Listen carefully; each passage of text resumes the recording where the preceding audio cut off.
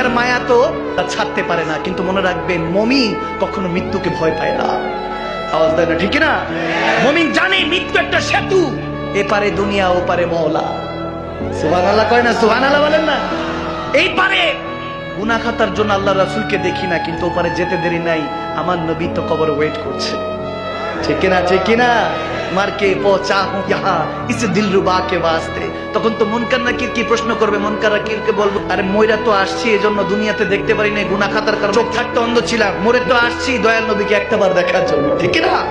এরকম আশেকও আছে। ভাইরা আমার, বাবার আমার, ইমাম গাজ্জালী রাহমাতুল্লাহ আলাইহি হুজ্জাতুল ইসলাম যেনাকে বলা হতো, তেনার কাছে এক দোকানদার দোয়া চেয়েছিল, আমার জন্য দোয়া করেন। ইমাম গাজ্জালী হাত তুলতেন আর বলতেন, আল্লাহ এই বান্দাকে তুমি মানুষ বানায় দাও। কি বানায় দাও?